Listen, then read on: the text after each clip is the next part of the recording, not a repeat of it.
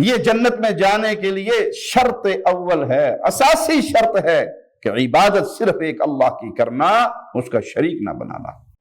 آپ دعوت دیتے ہوئے دنیا کا ہر مسئلہ سمجھا دیں اور توحید نہ سمجھائیں، آپ کی دعوت بیکار ہے۔ کوئی بندہ نہ کرے کہ نبوت بند ہے۔ نبوت قیامت تک موجود ہے، یہ کفر کا عقیدہ ہے۔ محمد صلی اللہ علیہ وسلم کے بعد اب کوئی نبی نہیں۔ مواحد تب بنتا ہے جب وہ نمازی ہے کہ یہ تنہائی کے گناہ انسان کی عبادات کو دیمک کی طرح چاٹ جاتے ہیں۔ یہ معاشرے کی گندی سوچ ہے کہ اگر خاوند گھر میں کوئی کام کر دے تو کیا کہیں گے، جی یہ بندہ ٹھیک نہیں ہے، یہ بوڑھی تھلے لگا ہے۔ اگر مجبور ہو جائے انسان زندگی بچانے کے لیے درخت کے پتے چبانے پڑ جائیں تو وہ چبا لینا، کبھی سود نہ لینا۔ السلام علیکم ورحمۃ اللہ وبرکاتہ۔ ان الحمد للہ نحمده ونستعینه ونستغفره ونعوذ باللہ من شرور انفسنا ومن سیئات اعمالنا، من يهده الله فلا مضل له ومن يضلل فلا هادي له، أشهد أن لا إله إلا الله وحده لا شريك له، وأشهد أن محمدا عبده ورسوله، أما بعد۔ نبی کریم صلی اللہ علیہ وسلم کے صحابہ کی نظر اللہ کی جنت پر رہتی تھی، اور جنت کا حصول یہی اصل کامیابی ہے۔ ہم دنیا پر آئے ہیں، دنیا کی زندگی ہماری عارضی ہے، اصل ہمارا ٹھکانہ وہ اللہ کی جنت ہے۔ ان کے سوالات بھی پیارے حبیب صلی اللہ علیہ وسلم سے اسی آخرت کے حوالے سے، اسی جنت کے حوالے سے ہوا کرتے تھے۔ معاذ بن جبل رضی اللہ عنہ وارضاہ کہتے ہیں، میں نے اللہ کے نبی صلی اللہ علیہ وسلم سے کہا اخبرنی بعمل، اے اللہ کے پیارے حبیب صلی اللہ علیہ وسلم مجھے کوئی عمل بتا دیجئے جس عمل کے کرنے سے میں اللہ کی جنت میں داخل ہو جاؤں اور جہنم سے میری جان چھوٹ جائے۔ کیونکہ مومن کی فکر وہ ہمیشہ کی یہی ہوتی ہے، دنیا کی زندگی جیسی بھی ہے اس نے ختم ہو جانا ہے، رکنا نہیں ہے کہ امیر کی تو ختم ہو رہی، غریب کی رکی ہوئی، جب یہ امیر ہوگا پھر سٹارٹ ہوگی۔ یہ سورج طلوع ہو رہا ہے اور یہ سورج ڈوب رہا ہے۔ یہ شام و صبح کے پھیرے ہمیں خبر دے رہے ہیں کہ موم بتی کی لائٹ اس کے ساتھ ایک ایک قطرہ پگھل رہا ہے، ہر ڈوبتا ہوا سورج ہمیں قبر کے قریب کر رہا ہے۔ اصل گھر تو وہی ہے۔ تو اللہ کے نبی صلی اللہ علیہ وسلم کو ایسا عمل بتائیے جس کے کرنے سے میں جنت میں داخل ہو جاؤں اور جہنم سے بچ جاؤں۔ آپ نے فرمایا لقد سألت عن عظیم، تو نے بہت بڑی بات پوچھی ہے۔ یہ سوال ہی بہت بڑا ہے اور یہ فکر بڑی عظیم ہے کہ کسی طرح ہم جہنم کی آگ سے بچ جائیں۔ اور یہ فکر کب آتی ہے؟ جب یہ دل اس دنیا کی محبت کی اماجگاہ نہیں بنتا۔ وہ کہتے ہیں حجاج بن یوسف مہمان کے ساتھ کھانا کھایا کرتے تھے، تو ایک دن کوئی مہمان نہیں ملا، جنگل میں سفر میں تھا، تو سپاہیوں کو بھیجا کہ جاؤ کسی کو بلا کر لاؤ، کسی کو ڈھونڈ کر لاؤ۔ تو ایک بکری کے چرواہے کو دیکھا جو بیری کے نیچے اینٹ کا تکیہ بنا کے سو رہا ہے، تو اسے کہنے لگے تجھے امیر صاحب نے بلایا ہے۔ کہا مجھے امیر کو میری کیا حاجت اور مجھے امیر کی کیا حاجت؟ وہ زبردستی لے کر آئے تو کہا بیٹھو، تم بڑے خوش نصیب ہو کہ آج میرے مہمان ہو۔ کہا اپنا کھانا سنبھال کے رکھو، میں اس کا مہمان ہوں جس کی کوئی مثال ہی نہیں ہے، تو تم سے کروڑوں گنا افضل ہے، تم کیا ہو اس کے سامنے۔ تو غصے والا جلاد تو تھا، تلوار نکالی، مجھ سے افضل؟ کہا تلوار سنبھال کے رکھو، میں روزے دار ہوں، رب کا مہمان ہوں۔ کہا اچھا بتاؤ، یہ بکریاں چراتے ہو، جنگل میں صحرا میں رہتے ہو، زندگی کیسے گزر رہی ہے؟ کہا کچھ تیرے جیسی، کچھ تیرے سے بھی اچھی۔ سبحان اللہ، میں امیر ہوں، وقت کا بادشاہ ہوں، گورنر ہوں، کچھ میرے جیسی، کچھ میرے سے بھی اچھی۔ اچھا چلو پہلے وہ بتاؤ جو میرے جیسی ہے۔ کہ امیر صاحب جب آپ سو جاتے ہیں اور میں بھی سو جاتا ہوں، بھلے میں پتھروں پر، کانٹوں پر، اینٹ کا تکیہ بنا کر سوتا ہوں اور آپ بڑے نرم بہترین بستروں پہ آرام کرتے ہیں، سونے کے بعد ہم دونوں برابر ہو جاتے ہیں، نہ آپ کو پتا ہوتا ہے میں کہاں سو رہا ہوں، نہ مجھے پتا ہوتا ہے میں کہاں سو رہا ہوں۔ یہ وہ ہے جو آپ جیسی ہے۔ کہتا جو مجھ سے اچھی ہے وہ بتاؤ۔ کہ جب میں جاگتا ہوں تو وہ میری زندگی آپ سے بھی اچھی ہے۔ کہ وہ کیسے؟ کہ مجھے صرف 10 بکریوں کی ٹینشن ہوتی ہے، آپ کو اپنے پورے ملک کی ٹینشن ہوتی ہے، بتائیے سکون میں کون ہے؟ جب یہ دل آخرت کی محبت میں لگ جاتا ہے تو اس کے سوالوں کا طرز بھی یہی ہوتا ہے، کوئی ایسی بات بتا دیجئے جس کے کرنے سے میں اللہ کی جنت میں پہنچ جاؤں۔ اور جنت اتنی آسان ہے کہ پیارے نبی صلی اللہ علیہ وسلم نے فرمایا یہ تمہارے جوتے کے تسمے سے بھی زیادہ قریب ہے، یعنی تمہارا کوئی بھی عمل، کوئی بھی قول جو اللہ کو پسند آ گیا، اللہ تمہیں اس کے بدلے جنت دے دے گا۔ اور اسی طرح جہنم، اللہ کی ناراضگی وہ جہنم میں لے جانے کا ذریعہ ہوگی۔ آپ نے فرمایا تو نے بڑا عظیم سوال کیا ہے، لیکن یہ بڑا یسیر ہے، بڑا آسان ہے، جس کے لیے اللہ آسان کر دے۔ اب آپ جنت میں جانے کا طریقہ کار، آخرت میں کامیابی کا طریقہ کار سمجھا رہے ہیں۔ تعبد اللہ لا تشرک بہ شیئا، عبادت صرف اللہ کی کرنا، اس کا شریک نہ بنانا۔ پیارے بھائیو، یہ کنجی ہے، یہ جنت میں جانے کے لیے شرط اول ہے، اساسی شرط ہے کہ عبادت صرف ایک اللہ کی کرنا، اس کا شریک نہ بنانا۔ کیونکہ مشرک کبھی اللہ کی جنت میں نہیں جائے گا۔ مشرک کسی نبی کا باپ ہو، مشرک کسی نبی کا بیٹا ہو، مشرک کسی نبی کا چچا ہو، مشرک کسی کا کیسا ہی رشتہ دار کیوں نہ ہو، مشرک جنت میں نہیں جائے گا یہاں تک کہ سوئی کے سوراخ سے اونٹ کو نہ گزار لو۔ اونٹ گزر سکتا ہے، اس طرح مشرک نہیں گزرے گا۔ تو اپنی دعوت کی بنیاد ہمیشہ یہی رکھیے کہ لوگوں ایک اللہ کی عبادت کرو، اس کا شریک نہ بناؤ۔ آپ دعوت دیتے ہوئے دنیا کا ہر مسئلہ سمجھا دیں اور توحید نہ سمجھائیں، آپ کی دعوت بیکار ہے۔ یہ دعوت نہ آپ کے لیے فائدہ مند ہوگی، نہ سننے والوں کے لیے فائدہ مند ہوگی۔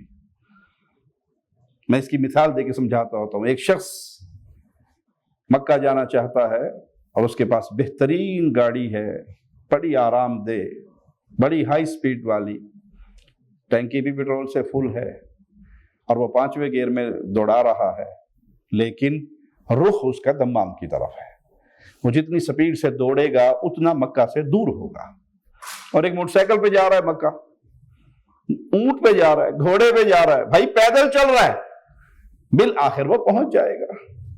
راستہ سیدھا ہونا ضروری ہے۔ تو جنت کے لیے راہ سیدھی ہونے کے لیے پہلی شرط اللہ کا شریک نہ بنانا، عبادت صرف اللہ کی کرنا۔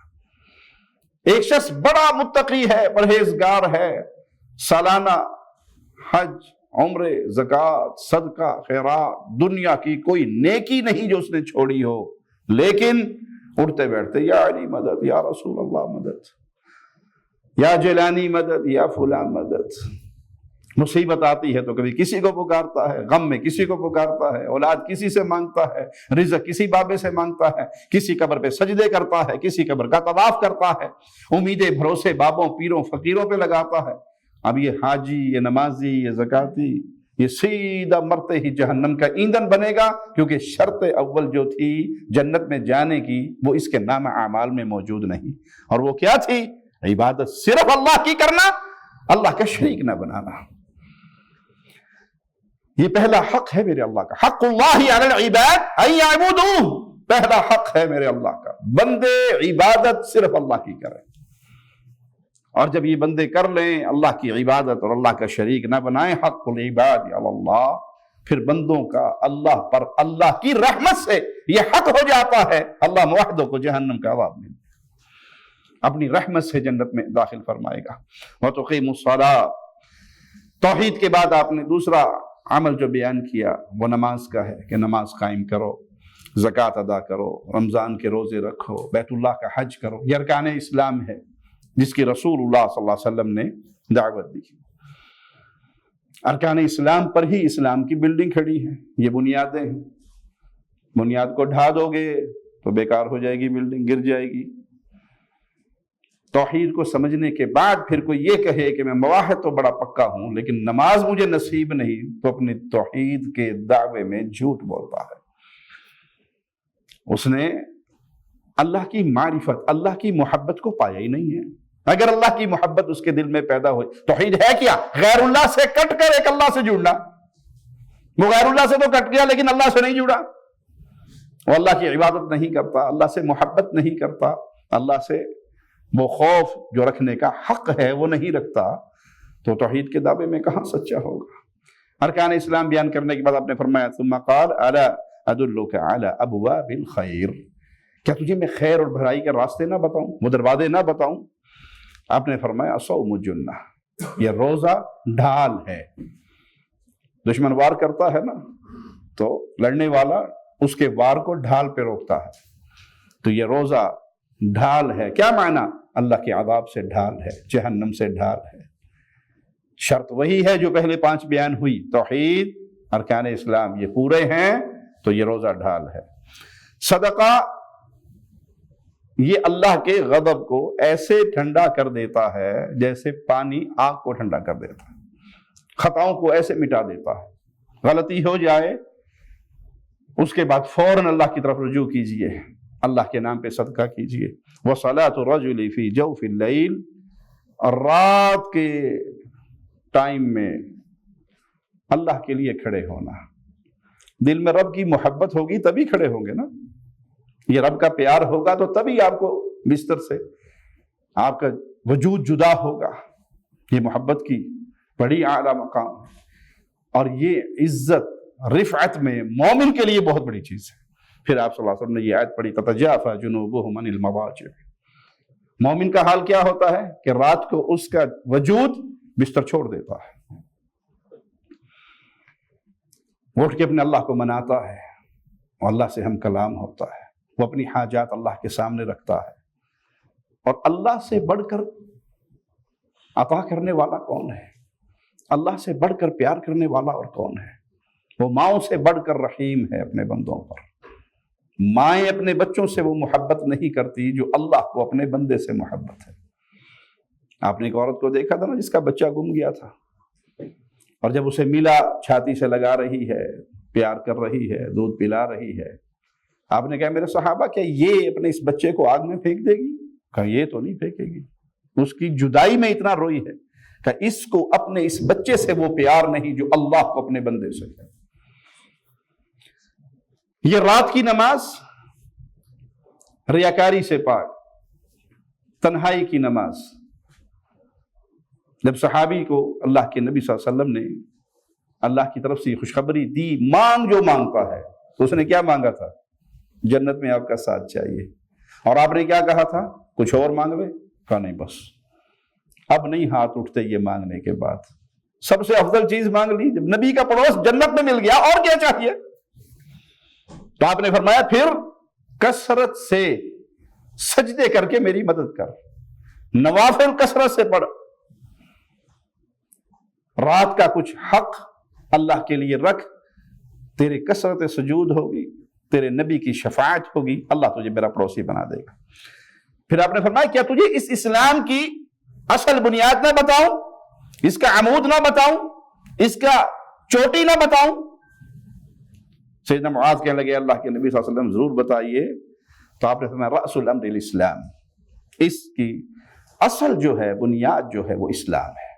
اور پیارے بھائیو، اسلام ہے کیا جو اللہ اور اس کے رسول صلی اللہ علیہ وسلم نے بیان فرمایا، صحابہ نے اس کو جیسے سمجھا، یہ اسلام ہے۔ اللہ کا حکم، رسول اللہ صلی اللہ علیہ وسلم کا عمل، آپ کا حکم، صحابہ کا فہم، یہ اسلام کی مختصر ڈیفینیشن ہے۔ دودھ خالص کون سا ہوتا ہے؟ جو بھینس کے تھنوں سے نکلتا ہے۔ اس میں کسی بھی قسم کا لیکوڈ ملا دو گے تو دودھ ملاوٹی ہو جائے گا، ایسے ہے یا نہیں؟ کوئی گھڑے کا ملائے، کوئی نلکے کا ملائے، کوئی راجویدہ ملائے، کوئی نیر دا پال دے، ملاوٹی ہو گیا. ایک بندہ کہ دیکھیں جی یہ بڑے فراڈی ہیں، یہ دودھ میں نلکے کا پانی ملاتے ہیں، الحمدللہ میں دودھ میں زمزم ملا کے بیچتا ہوں. کیا کہیں گے اسے؟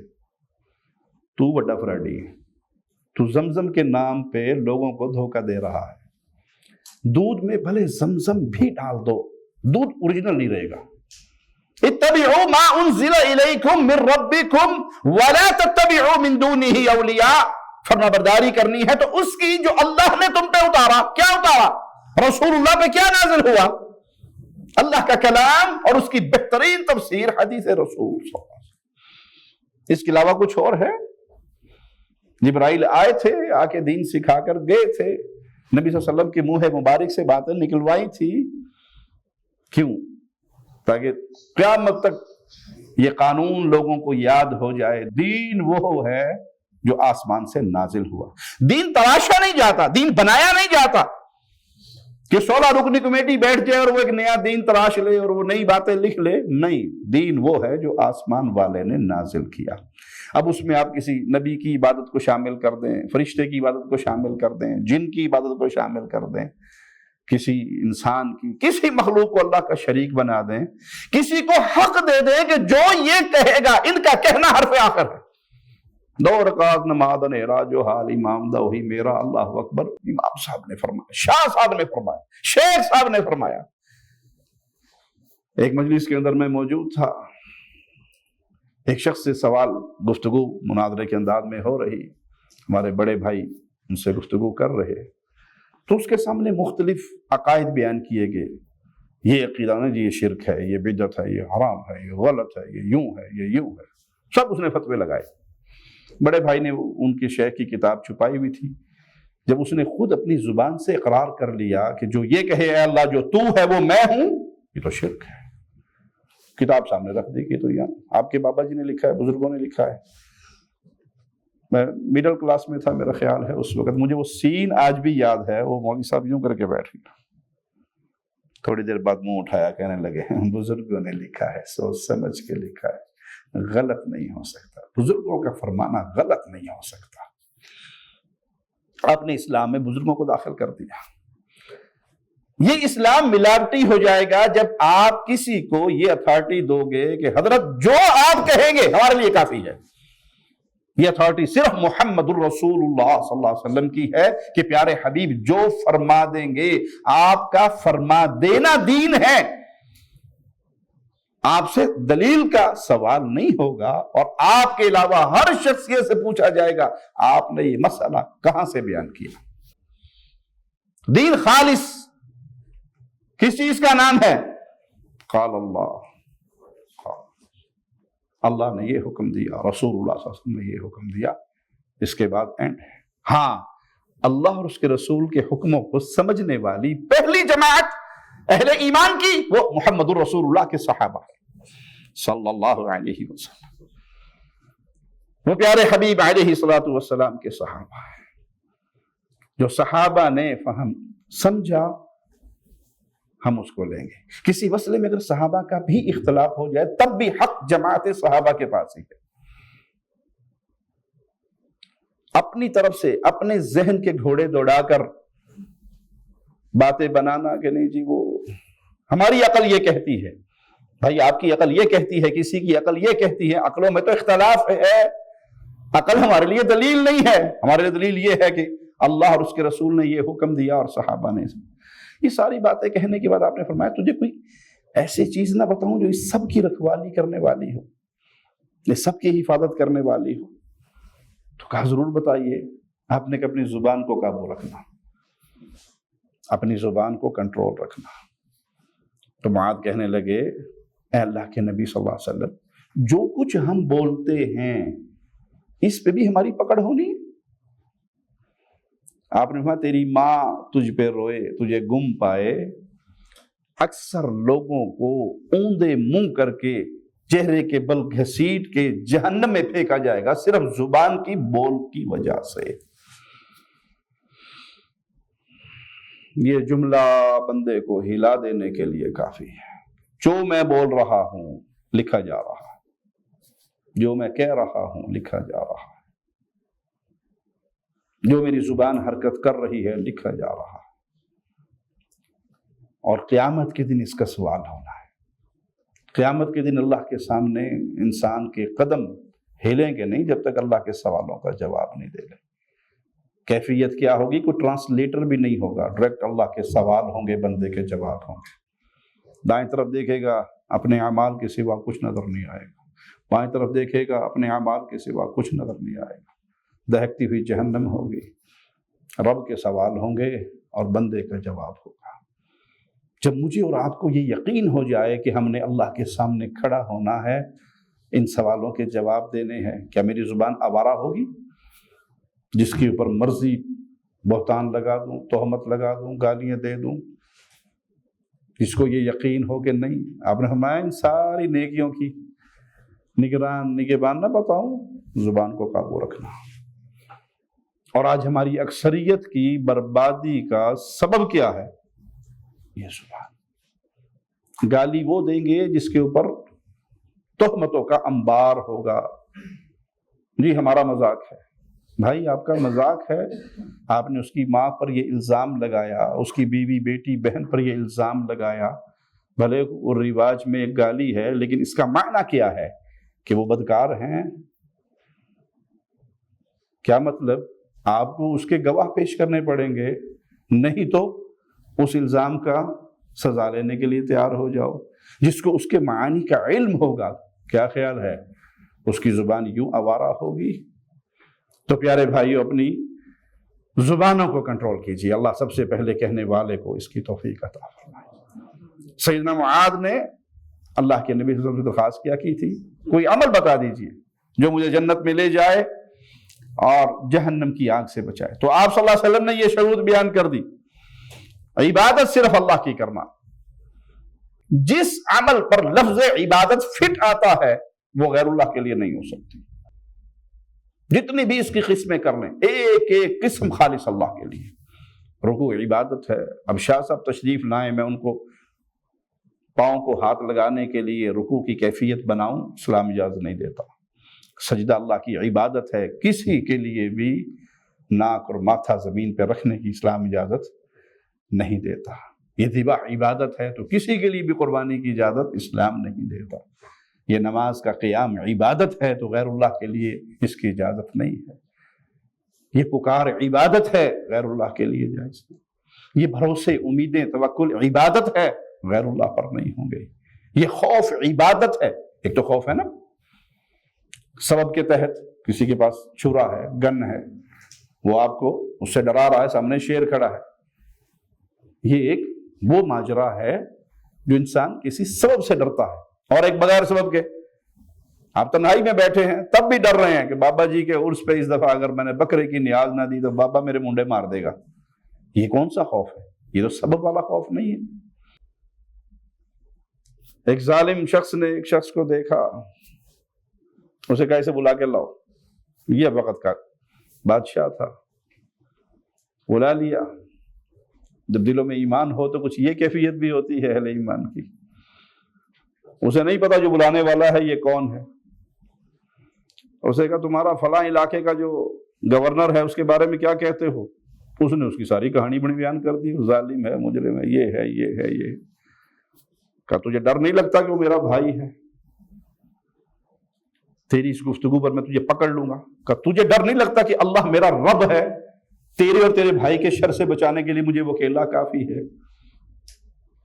اس کا اللہ کے ساتھ وہ محبت بھرا اور وہ حسن ظن والا تعلق تھا کہ اس کا یہ جملہ سنتے ہی اس ظالم بادشاہ پر ایسا خوف طاری ہوا، اس نے کہا جاؤ جاؤ جاؤ، اس کو چھوڑو، واپس جاؤ، اپنا طواف پورا کر لو۔ آپ تنہائی میں بیٹھے ہیں اور تب بھی مردوں سے ڈر رہے ہیں۔ جو خوف اللہ کا ہونا چاہیے وہ غیر اللہ کا ہے، جو محبت اللہ سے ہونی چاہیے وہ غیر اللہ سے ہے۔ ایک کلیپ ہم نے دیکھا سینہ کو بھی کرنے والوں کا، وہ اپنے امام کی قبر کی طرف چہروں کے بل، گال کے بل یوں گھسیٹ کے جا رہے ہیں، یہ چہرہ پھر یہ چہرہ، اور یوں گھسٹتے ہوئے زمین پہ سرکتے ہوئے وہ پیر کی امام کی قبر کو سجدہ کرنے پہنچتے۔ ایک گروہ کو ہم نے دیکھا وہ جانوروں کی طرح دو ہاتھوں اور گھٹنوں پہ رینگتے ہوئے لال شہباز کی قبر پہ آ کے سجدہ کر رہے ہیں. وہ اپنے مردوں سے ویسی محبت کرتے ہیں، اس سے بڑھ کر محبت کرتے ہیں جو مومن اپنے اللہ سے کرتا ہے. حالانکہ مومن اپنے رب کی محبت میں بڑا شدید ہوتا ہے، لیکن شرک کرنے والوں کا برا ہو کہ انہوں نے اپنے دل سے اللہ کی محبت کو کھرچ دیا، اللہ کے خوف کو کھرچ دیا، اور غیر اللہ کی عبادت، غیر اللہ کی محبت ایسے گھر کر گئی کہ وہ تنہائی کے اندر بھی بیٹھے ہوئے ڈرتے ہیں. تو بھائی عبادت کی جتنی قسمیں ہوں گی وہ خالص ایک اللہ کے لیے. پھر اس کے بعد آپ نے نماز کی پابندی کا حکم دیا. مواحد تب بنتا ہے جب وہ نمازی ہے، جب حی علی الصلاۃ کا جملہ اسے مسجد کی طرف بلاتا ہے، جب الصلاۃ خیر من النوم کے جملے اس کی نیند میں حائل ہو جاتے ہیں، جب وہ گرم نرم بستروں کو چھوڑ کر اپنے رب کے سامنے حاضر ہوتا ہے. اسی طرح مومن کو اللہ مال دیتا ہے، وہ زکوٰۃ ادا کرتا ہے. اللہ توفیق دیتا ہے، وہ رمضان کے روزے رکھتا ہے. اللہ توفیق دیتا ہے اور اس میں صحت اور مال دونوں شامل ہیں تو بیت اللہ کا حج کے لیے آتا ہے. اس کے بعد پھر مزید بھلائی کے دروازے آپ نے بیان کیے. روزہ، یہ روزہ اللہ کی قربت پانے کا ایک بڑا عظیم سبب ہے. اہل جنت کے لیے جنت میں ایک دروازہ ہوگا خاص جہاں سے روزے دار داخل ہوں گے. ایک تو فرضی روزے ہیں جس کے لیے بہت بڑی بشارت ہے، من صام رمضان ایمانا واحتسابا، جس نے حالت ایمان میں ثواب کی امید رکھتے ہوئے روزے رکھ لیے، نتیجہ کیا نکلے گا؟ غفر له ما تقدم من ذنبہ، زندگی بھر کے اس کے گناہوں کو اللہ اپنی رحمت سے معاف فرما دے گا. اور بندہ نفلی روزہ بھی رکھتا ہے، وہ فی سبیل اللہ رکھتا ہے، اخلاص کے ساتھ رکھتا ہے. ما من عبد یصوم یوما فی سبیل اللہ، جو بندہ اللہ کے لیے فی سبیل اللہ روزہ رکھتا ہے، اس سے مراد اہل علم نے دونوں بیان کی ہیں، وہ اللہ کے راستے میں ہو یا وہ اخلاص کے ساتھ خالصتاً اللہ کے لیے رکھے، تو اللہ اس کے چہرے کو جہنم سے 70 سال دور کر دیتا ہے. یہ نفلی روزوں کی برکات ہے. اسی لیے آپ نے فرمایا کہ روزہ ڈھال ہے. تو اہل ایمان کثرت سے روزے رکھتے ہیں اپنے رب کو راضی کرنے کے لیے. اور روزہ اخلاص کا ایک بہت عظیم سبق ہے. دیکھیے آپ تنہائی میں ہیں، کوئی دیکھنے والا نہیں، اپنے روم میں بیٹھے ہیں، روزے سے ہیں، فریج بھی ہے، اس میں بہترین ٹھنڈے جوس موجود ہیں. کیا خیال ہے؟ پئیں گے؟ نہیں پئیں گے. کیوں؟ خالصتاً اس اللہ کے لیے روزہ رکھا ہے. اچھا، وضو کرتے ہوئے کلی کرتے ہیں، منہ میں پانی ڈالتے ہیں نا، اب یہ منہ سے اگر نیچے حالت سیام میں آپ لے جائیں، دائیں بائیں والوں کو پتہ لگے گا؟ نہیں پتہ لگے گا نا. آپ ایک گھونٹ اندر کر سکتے ہیں، لیکن آپ کرتے ہیں؟ نہیں کرتے. کیوں؟ خالص اس کو راضی کرنے کے لیے آپ نے روزہ رکھا ہے. تو پیارے بھائی، جب آپ تنہائی میں ہو، میں تنہائی میں ہوں، نیٹ استعمال کرتے ہوئے گندی ویڈیو کو گندی کلپ آتا ہے، کیا خیال ہے آپ؟ اب بھی آنکھ کا روزہ ہونا چاہیے نا، اب بھی اللہ سے معافی مانگتے ہوئے اس کو درگزر کرنا چاہیے. اور پھر اگر یہ دیکھے بندہ اتنے کڑا کوئی ویکھنڈے آئے تو پھر نتیجہ کیا نکلے گا کہ یہ تنہائی کے گناہ انسان کی عبادات کو دیمک کی طرح چاٹ جاتے ہیں. اسی طرح اللہ نے صدقے کا بڑا اجر رکھا ہے. ابو ہریرہ بیان کرتے ہیں کہ رسول اللہ صلی اللہ علیہ وسلم نے حدیث قدسی سنائی. اللہ مالک کیا فرماتا ہے آدم کے بیٹے کے لیے؟ یا ابن آدم انفق علیک، آدم کے بیٹے تو خرچ کر، تجھ پہ خرچ ہوگا. تو اللہ کے لیے خرچ کر، تجھ پہ خرچ کیا جائے گا. ہماری نانی اماں رحمہ اللہ بالکل ایک ان پڑھ خاتون، کسی کالج یونیورسٹی کی پڑھی ہوئی نہیں، تو ایک ہمیں جب ہم بچے تھے ان کے پاس ہوتے تھے تو ہمیں سمجھانے کے لیے ایک بڑی پیاری مثال دی. بیٹا، جس کنویں سے پانی نکالا جائے اسی کنویں میں پانی اور آتا ہے. جس کنویں سے پانی نکالا جائے تو اس کنویں میں پانی، اور نہ نکالو تو پھر وہی بو مار جائے گا پیا دے وچ. جتنا کنویں سے پانی نکالو گے اتنا اور آئے گا. لیکن یہ کوئی تجربے والی چیز نہیں ہے. اللہ مالک کے ساتھ یقین والا ماجرا ہوتا ہے، تجربے والا نہیں. اچھا جی، آج مولوی صاحب نے حدیث سنائی تھی کہ خرچ کرو، تم پہ خرچ ہوگا، تو میرے پاس 100 ریال ہے، میں جا کے خرچ کر لوں، دیکھتا ہوں صبح تک میرے پاس 100 آتے ہیں نہیں آتے. اللہ کے ساتھ تجربہ نہیں ہوتا. دیکھتا ہوں سر میں درد ہے، دیکھتا ہوں، مولوی صاحب کہتے ہیں یہ فاتحہ پڑھنے سے سکون مل جاتا ہے، شفا مل جاتی ہے، فاتحہ رک. اچھا دیکھتا ہوں ہوتا ہے کہ نہیں. اللہ کے ساتھ تجربہ نہیں ہوتا، وہاں یقین ہوتا ہے کہ یہ اللہ کے نبی صلی اللہ علیہ وسلم کی حدیث سے ثابت ہے، مجھے یقین کامل ہے یہ کرنے سے اللہ شفا دے دے، یہ چیز اللہ کے دین کے اندر موجود ہے، مجھے یقین کامل ہے، میں اس پہ یقین کے ساتھ عمل کروں گا، تجربے کی نیت سے نہیں، کیونکہ اللہ مالک کے ساتھ، اللہ کے حکموں کے ساتھ تجربے نہیں ہوتے بلکہ یقین ہوتا ہے۔ اسی طرح رات کا قیام، یہ بھی ایک نیکی کا بہت بڑا دروازہ ہے۔ بندہ جب رات کو اپنے رب کے لیے قیام کرتا ہے تو اس کے لیے کتنی عظیم عظمت والا ماجرا ہے کہ آدھی رات گزر جانے کے بعد جو رات کا آخری پہر ہوتا ہے، اللہ مالک آسمان دنیا پہ نزول فرماتا ہے، آواز لگانے والا آواز لگاتا ہے کوئی مانگنے والا، ہے کوئی گناہوں میں ڈوبا ہوا، ہے کوئی پریشانیوں میں غموں میں پھنسا ہوا۔ ہماری اکثریت کی حالت کیا ہوتی ہے؟ الا من رحم ربی، اس ٹائم سوئے ہوئے ہوتے ہیں، جاگ رہے ہوتے ہیں جی، رات کی آخری پہر 1-1:30 بجے کا ٹائم، وہی تو سون دا ٹائم ہوں، 1 بجے تو فیس بک ہی دیکھنا ہے نا، نیندر تیاندی پھر کوئی تو بات ہے، اور اس وقت آواز کیا لگ رہی ہوتی ہے کوئی مانگنے والا، ہے کوئی سوالی، ہے کوئی بیمار، ہے کوئی غریب رزق سے تنگ پریشانیوں میں پھنسا ہوا۔ اللہ عطا کرنے کے لیے، اللہ کے لیے اعلی مثال، اللہ عطا کرنے کے لیے، اپنے بندے سے محبت کا اظہار فرمانے کے لیے آسمان دنیا پہ نزول فرما چکا، جیسے اس کی شان کو لائق ہے ہم اس کی کیفیت بیان نہ جانتے ہیں، نہ کر سکتے ہیں، نہ شریعت نے اس کا علم دیا ہے۔ لیسا کمثلہ شیء، سارے سوئے ہوئے ہوتے ہیں، اللہ الرحمن، صبح ساڑیاں سنتا کوئی نہیں، انہاں دی موڑتا کوئی نہیں، ساڑی انہاں دے اگے، انہاں دی اودے اگے۔ اللہ تو سنتا ہے، اللہ کی طرف سے تو منادی کرنے والا منادی کرتا ہے، حدیث میں آتا ہے کہ اللہ دن کے گناہ کرنے والے کو آواز دیتا ہے، رات کے اندھیرے میں معافی مانگ لے معاف کر دوں گا۔ رات کے اندھیرے میں گناہ کرنے والے کو دن میں کہتا ہے دن کی روشنی میں معافی مانگ لے معاف کر دوں گا۔ جتنی بار خطا ہو جائے اتنی بار معافی مانگ لے، جب تک روح حلق میں آ کے نہیں اٹکتی، توبہ کا دروازہ کھولا ہے، معافی کا دروازہ کھولا ہے۔ اس کے بعد آپ صلی اللہ علیہ وسلم نے دین کی اصل، دین کی بنیاد، دین کا ستون، اس کی چوٹی، اس کا اعلیٰ عمل، یہ تمام چیزیں بیان کی، اور اس کی اصل کیا ہے؟ اسلام۔ ان الدین عند اللہ اسلام، اللہ کے ہاں دین کیا ہے؟ اسلام ہے۔ اسلام کیا ہے؟ عبادت صرف اللہ کی، اور ہر دور میں اس دور کے نبی کی فرما برداری، اور محمد الرسول اللہ صلی اللہ علیہ وسلم اللہ کے طرف سے بھیجے جانے والے انبیاء کی جماعت کے سب سے عظیم فرد اور سب سے آخری رسول، لا نبی بعدی، آپ کے بعد کوئی نہیں۔ اب قیامت کی دیواروں تک اگر کسی کو جنت میں جانا ہے تو اس کو محمد الرسول اللہ صلی اللہ علیہ وسلم کی اتباع کرنی ہوگی، فرما برداری کرنی ہوگی۔ اب کوئی اور نبی نہیں آئے گا، نہ قادیان میں آئے گا، نہ گوہر شاہی کے روپ میں آئے گا، یہ جتنے ہیں سب دجال ہیں، کذاب ہیں، جھوٹے ہیں، ان میں نبی کوئی نہیں۔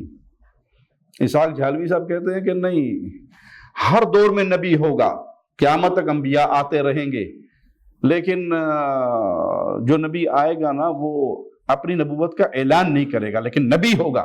سورہ کریم میں جو تساں دے کہ آپ آخری نبی ہے، کہ آپ دی امت نبی بند ہو گئے، یہ رسول اللہ دی شان ہوئی ہے کہ گستاخی ہوئی۔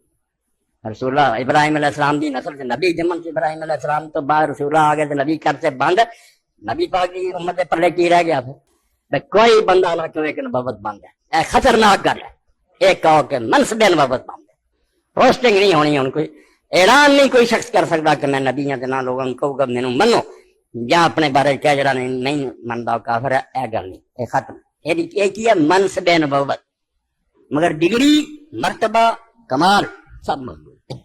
جب اتنے بہت سارے لوگ ایم ایس سی ہونے، مگر اگر حکومت نے انہوں نے عہدہ نہیں دیتا، افسر نہیں وہ پا سکتے، نہ نہیں رکھ سکتے، حقوق نہیں استعمال کر سکتے، مگر مرتبے کے لحاظ نہ کئی خادم صاحب نہ اعلیٰ ہونے، تعلیم یافتہ، امت فیض نہیں بند۔ یار نبوت دائما انہوں کرنا چاہیے، اس امت کے اندر بھی نبوت جاری، کلام جاری۔ یہ تھی بھائی کہہ لو جو مرضی کہہ لو، ایڈی گل کوئی نہیں، مرضی کہہ یار بھائی تھوڑا پچھتاؤں جے، اینا طرف دے جے، اللہ تے بہا رب کہہ نہ ہلانا، اے انہوں دے ہتھیار سمجھو، مسلمان گل کوئی نہیں، اللہ نہ شہد کی مکھی کو وہی کی، شہد کی مکھیاں نو وہی آن تے سمجھ دے نیک آدمیاں نو وہی نہ آوے۔ نبوت قیامت تک موجود ہے، یہ کفر کا عقیدہ ہے، محمد صلی اللہ علیہ وسلم کے بعد اب کوئی نبی نہیں، آپ خاتم النبیین ہیں۔ آپ نے اپنی مثال دی کہ میں نے جنت میں ایک محل دیکھا، میری مثال ایسے ہے جیسے کسی نے ایک بہت خوبصورت محل بنایا، لوگ اس کو دیکھنے والے آتے ہیں، دیکھتے ہیں، بڑی تعریف کرتے ہیں، اس میں ایک جگہ پہ ایک اینٹ کی جگہ خالی ہے، تعریف کرنے والے کہتے ہیں کہ بس یہ اگر اینٹ لگ جائے نا تو پھر اس کا حسن دوبالا ہو جائے گا، وہ آخری اینٹ محمد الرسول اللہ، آپ کے بعد کوئی نبی نہیں، آپ خاتم النبیین ہیں، آپ کے بعد اگر کوئی نبوت کا عقیدہ رکھے یہ کفر کا عقیدہ ہے۔ اسلام اللہ کا بھیجا ہوا سب سے بہترین دین ہے، اس میں عبادت اللہ کی ہے، فرمانبرداری محمد الرسول اللہ صلی اللہ علیہ وسلم۔ پھر آپ نے زبان کی حفاظت کا درس دیا کہ اپنی زبان کو کنٹرول رکھو کہ اس زبان کی وجہ سے اکثریت اوندے منہ کر کے جہنم میں پھینکی جائے گی۔ پیارے بھائی، اللہ نے اپنے بندوں کے لیے حدود مقرر کی ہیں، جو ان حدود کو توڑے گا، جو اس کو پامال کرے گا، پھر اس کے لیے قیامت کے دن اپنے محاسبے کے لیے سب سے بڑا انسان کا اپنا دل ہوتا ہے۔ اپنے دل سے پوچھئے، جب اللہ کے حکموں کو پامال کریں گے اور اللہ کے سامنے کھڑے ہوں گے تو وہاں تو پھر سوال و جواب ہوگا نا۔ تو اللہ نے جو فرائض مقرر کیے ہیں اس کی حفاظت کیجئے، ان اللہ فرض فرائض فلا تضيعوها، اللہ نے کچھ چیزیں تم پہ فرض کی ہیں، اللہ کے فرض کردہ چیزوں کو ضائع نہ کرو۔ وحد حدودا، اور اللہ نے کچھ حدود مقرر کی ہیں، باؤنڈری لگائی ہے، اس باؤنڈری سے تجاوز نہ کرو۔ دیکھیں نا، ایک شخص کا چراگاہ ہے جہاں وہ اپنے جانور چراتا ہے، اور اس کے ساتھ کسی بادشاہ کی چراگاہ ہو، اگر وہ سینٹر میں چرائے گا تو بچت ہو جائے گی، اور اگر وہ کنارے کنارے پہ چرائے گا تو ڈر ہے نا کوئی بکری چھلانگ مار کے ادھر ہو جائے اور بادشاہ پھر اس کو پکڑے کہ تو نے اس حد کو کیوں توڑا۔ اللہ کے لیے اعلیٰ مثال سمجھانے کے لیے عرض ہے۔ تو اللہ نے حدود مقرر کی ہیں اور حکم دیا ہے کہ ان حدوں کو پامال نہ کرنا، ان کی حفاظت کرنا۔ وحرم اشیاء، اللہ نے کچھ چیزیں حرام کی ہیں، اللہ کی حرام کردہ کو، اس کی حرمت کو پامال نہ کرنا، اس کی حفاظت کرنا۔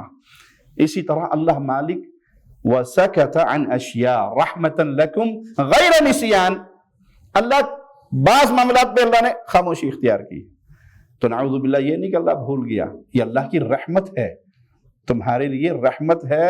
فَلَا تَبْحَثُوا عَنْهَا، اب ان چیزوں کے بارے میں کوریدنا نہ۔ یہ حدیث تو مختصر ہے لیکن بڑی جامع، بڑے موٹے موٹے اصول ہمیں سمجھا دیتی ہے کہ اللہ نے جو فرائض مقرر کیے ہیں ان کی حفاظت کرو، اللہ کے جو حکم ہیں ان کے مطابق چلو۔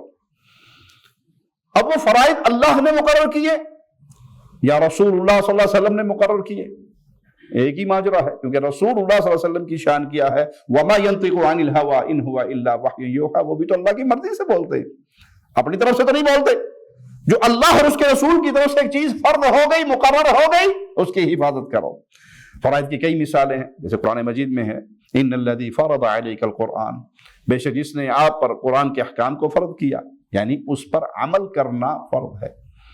جو حکم قرآن میں آ جائے، جو حکم حدیث میں آ جائے، اللہ اور اس کے رسول کے حکموں پر سر جھکانا، اپنی استطاعت کے مطابق عمل کرنا، یہ فرض ہے۔ ایک اور مقام پر مالک فرمایا قد فرض اللہ لکم تحلۃ ایمانکم، اللہ نے تم پر تمہاری قسموں کا کفارہ مقرر کر دیا ہے۔ جو قسم اٹھائی ہے، پہلی بات تو غیر اللہ کی قسم نہ اٹھائیے، کوئی ماجرا بھی ہو جائے، قسم جب بھی اٹھانی پڑ جائے تو صرف اللہ کی، غیر اللہ کی قسم اٹھانا شرک۔ یہ قسم اگر ٹوٹ جاتی ہے تو اس کا کفارہ ہے، وہ ادا کیجیے، اور قسموں کو کھلونا نہ بنائیے۔ برا تاجر ہے وہ جو اپنا سامان بیچنے کے لیے قسم اٹھا اٹھا کر بیچتا ہے، اور اکثر آپ کو مارکیٹ میں یہ کتنے کی ہے جی؟ 100 ریال کی، نہیں جی میں تو 80 دوں گا، قسم خدا دی 70 دی تو میں آپ لیں، 10 ریال تو دے دو، نہیں جی میں تو، وہ قسم اٹھائے گا اور پھر قسم کو بھی توڑ دے گا، اس سے بھی نیچے اگر وہ بیچنے کے لیے تیار ہو جائے گا۔ وَقَدْ فَرَضْتُمْ لَهُنَّ فَرِيضَةً، اسی طرح مہر کو بھی فریضہ کہا گیا ہے۔ مہر سمجھتے ہیں نا، حق مہر، بیاہ کرنے لگے جو مقرر کرتے ہیں اپنی بیوی کے لیے، اور شادی کی پہلی رات ہی معاف کروانے کے لیے اس کے سرانے کھڑے جاتے ہیں، سنگ پہ انگوٹھا دے کے کر معاف۔ یہ زبردستی کا ماجرا نہیں ہے. بیوی اگر اپنا مال اپنی خوشی سے خاوند کو دے, اللہ جی بڑیاں سارے انہوں دے وے, دیکھو ماشاءاللہ کنی چھیتی آمین آئی,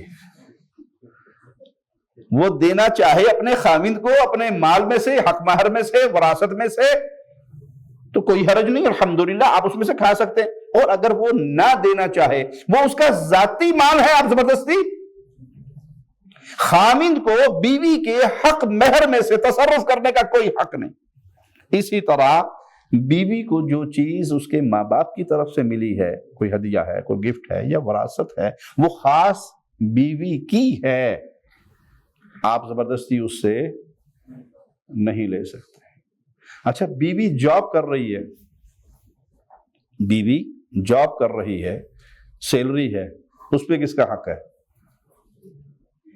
بیوی کا. پکی کر لے, وہ بیوی کا کام ہے, وہ اس کی جاب ہے, وہ اس کا حق ہے. آپ کو اپنی خوشی سے کچھ دے دے تو ٹھیک ہے, لیکن زبردستی. ہمارے ہاں معاشرے کے اندر بگاڑ کی صورت کیا ہے, پہلے تو شادی سے پہلے جی کوئی پروفیشنل ہوئے نا, کوئی ڈاکٹر مل جائے نا تو چلو بھائی دونوں میاں بیوی گاڑی کے 2 پہیے ہیں, رال مل کے کمان کے تو ذرا چنگا خرچہ پورا مزے سے زندگی گزاریں گے. وہ ڈاکٹر ڈھونڈتے ہیں, کوئی ٹیچر ڈھونڈتا ہے, کوئی نرس ڈھونڈتا ہے, کیوں جی میں بھی کماؤں گا وہ بھی کمائیں گے. پہلے یہ سوچ ہوتی ہے. اچھا اب کمانے والی آ گئی, جب وہ 8-9 گھنٹے ڈیوٹی کر کے اسپتال سے آئے گی, وہ تینوں پروٹھے پکا کے دے گی.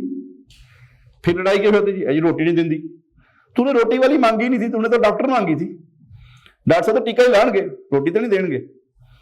تو اگر یہ ماجرا ایسا ہو جائے تو گھروں کو توڑیے نہیں, گھروں کو محبت اور پیار سے چلائیے.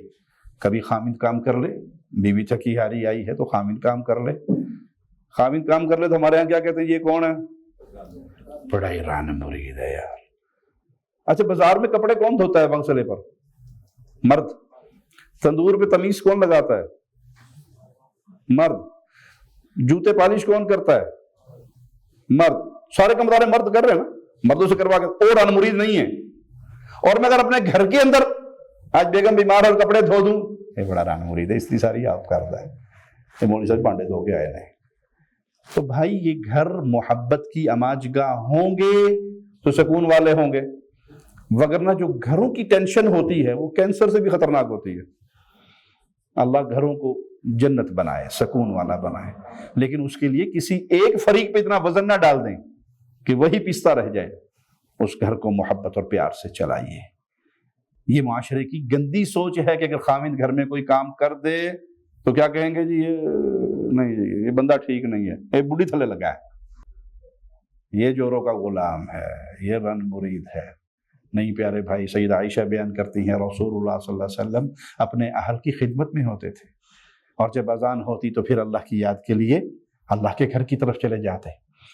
تو وہ مہر اس کو بھی اللہ نے فرض کہا ہے. اسی طرح فمن فرض فیہن الحج فلا رفث ولا فسوق ولا جدال فی الحج, جو ان مہینوں میں اپنے اوپر حج کو لازم کرے تو وہ ان چیزوں سے بچے, بے حیائی کے کاموں سے بچے, شہوت انگیز حرکتوں سے بچے, اور لڑائی جھگڑے جدال سے بچے. بچنا چاہیے حج میں لڑائی جھگڑے سے, یا جی بچنا چاہیے. اللہ حاجیوں کو توفیق بھی دے اور حاجیوں کی حفاظت بھی فرمائے. ہم نے کئی دفعہ حج پہ جاتے ہوئے حاجیوں کو صرف اس لیے لڑتے دیکھا کہ روٹی لیٹ ہو گئی, بس لیٹ ہو گئی. بھائی آپ حج کرنے آئے ہیں, صبر کیجئے. انہوں نے کہا میں حج کرنے آیا, میں کسے تیری ایسی تیسی, 1 بجے روٹی کا ٹائم تھا, کیوں لیٹ ہوئی؟ انسان کے اختیار میں نہیں ہے ہر چیز کو. اتنی تعداد ہے, اتنی دنیا آتی ہے. اللہ سلامت رکھے خادم حرمین شریفین کو, بلاد حرمین کو, خادم حرمین کی اس حکومت رشیدہ کو. بہت کچھ کرتے ہیں اللہ کی رحمت سے حجاج, لیکن کہیں کوئی کمی ہو جائے تو پھر حج یہ ہے کہ لڑائی جھگڑا, اس میں کوئی بے حیائی نہ ہو, کوئی برائی نہ ہو, کوئی لڑائی نہ ہو, کسی سے جدال نہ ہو. تو یہ مختلف چیزیں ہیں جو اللہ نے فرض کی ہیں. فریضۃ من اللہ, صدقہ زکوٰۃ یہ بھی اللہ کی طرف سے مقرر کردہ ہے, فرض ہے.